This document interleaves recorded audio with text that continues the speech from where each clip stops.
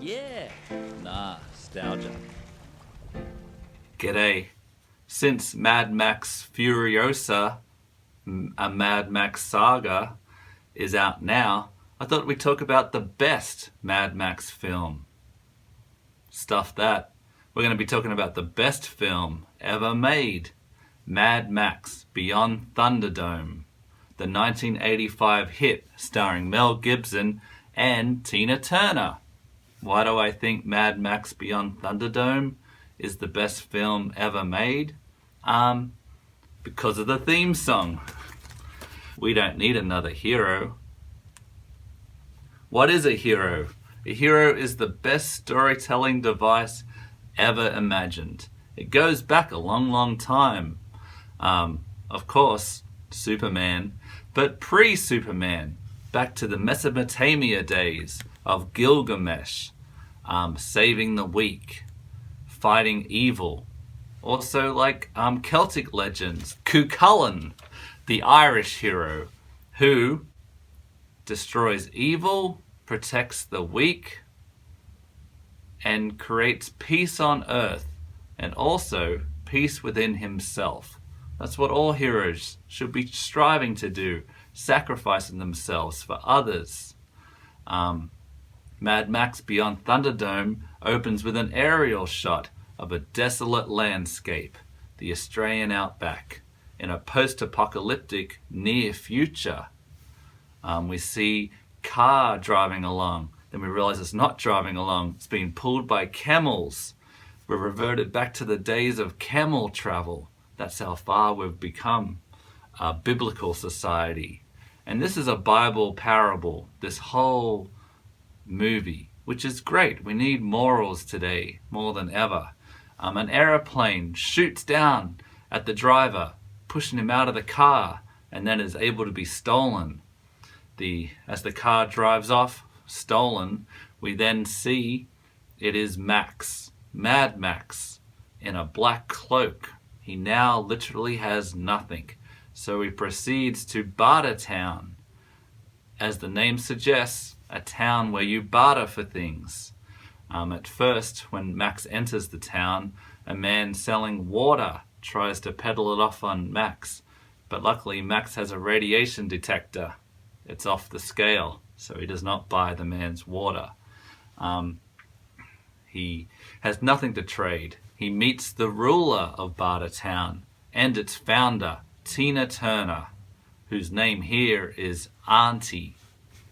After being impressed with Max's fighting skills, Auntie Entity thinks that Max would be the best person to dispose of a usurper in the wings who lives underground in the land called the Underworld, where pig poop powers things through methane. That's how the people of the future, at least in Bartertown, get their energy, from pig poo. Auntie sends Mad Max underground to find out a way to destroy Master Blaster, who is in charge down there. Master Blaster is a strange figure. There is a little person on top, and then the body is controlled by Blaster. Max finds his car under there, now owned by Master Blaster, the one that was stolen outside with the camels and the aeroplane. The people in the aeroplane were a strange duo, a father and son team wearing safari hats. That's what they do. They ambush people with their aeroplane and take their stuff. Like old-fashioned highwaymen. Because Max's car's stolen, he challenges Blaster to a duel in the Thunderdome. The Thunderdome is a postmodern type coliseum, harkening back to Roman days. Or I don't know, hey, it's Saturday's Red Faces days. They're launched on harnesses and must fight each other in the ring. 2 men enter, only 1 man can leave. Who's gonna win? Max does. He uses his whistle to distract Blaster. But when the helmet falls off, he sees that it is a mentally challenged individual and says he won't kill him. See, a real hero. And showing how far Max has progressed to the third movie. The first two movies, very violent. But this one, there's some softening in the Mad Max character, which some people hate, but I'm all for. It makes it more Hollywood, and therefore can become the greatest Hollywood movie ever made. Too bad it was made in Australia, in Cooper Pedy. Since he failed to kill Blaster, Tina Turner, Auntie Entity, sets him outside the city, tied to a horse, with like a schoolboy's mask on his head where he can't see, and then the horse goes off, destined to be killed somewhere in the outback.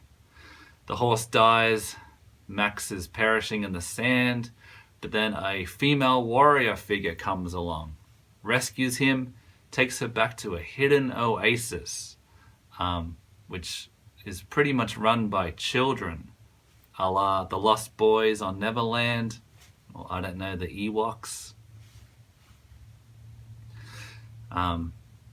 They think Max is a mythical figure come back to help them, which has been prophesized as being Captain Walker, the captain of a downed 747, which they are the descendants of.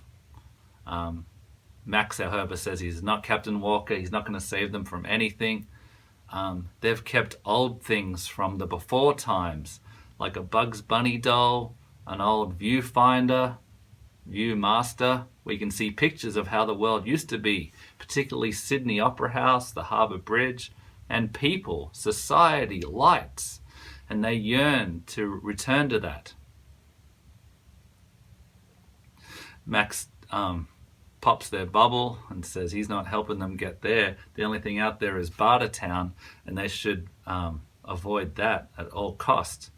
However, some of the kids get together at night and leave, heading for this Bartertown that they heard of. Max is awoken, and they're all concerned for their family, their friends, the ones who left. Mel Gibson comes into his own here as the father figure that he couldn't have been since his child was killed, Sprague, in the first one. So he finds the kids who escaped in a quicksand situation, saves them, rescues them, but now with their resources depleted, their only chance is to head to Bartertown. They go there, sneak into the underground world, rise up the slaves from underneath, get Master, steal, hijack a locomotive train, and then head off into the outback on the train tracks, the old rail.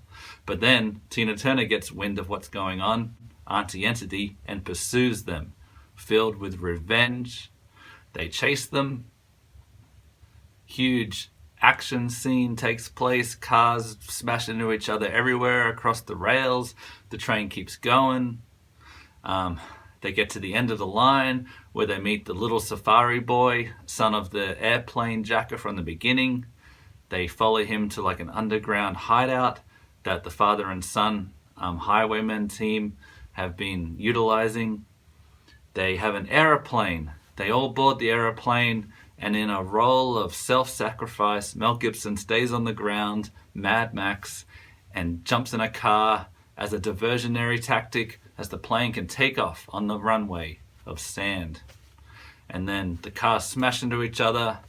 The plane sails off into the sunset. Max stands up and is left alone by Tina Turner. She says, "Goodbye, soldier," leaves him to die out there. But Max isn't going to die. He walks off. The aeroplane arrives in Sydney. You see the Harbour Bridge first, desolate, the Opera House empty, and all the buildings collapsing and crumbling. The last vestiges of civilization gone. But they land. Years later, the aeroplane occupants start to inhabit Sydney again, leaving lights in all the windows, hoping Max and maybe someone else will return and they can learn from the past masters.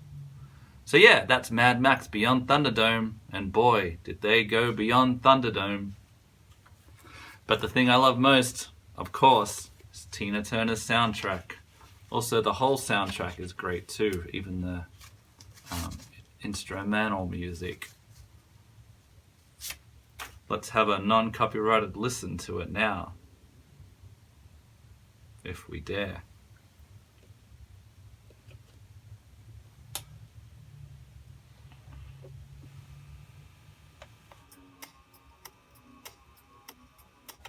So you got that beat.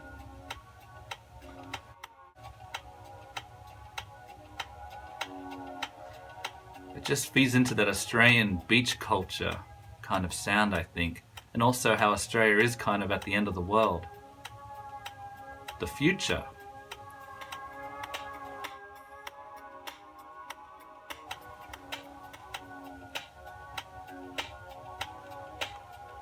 You got that, like that synthesizer waning, like mimicking either a pan flute or a xylophone. Then you got the bass.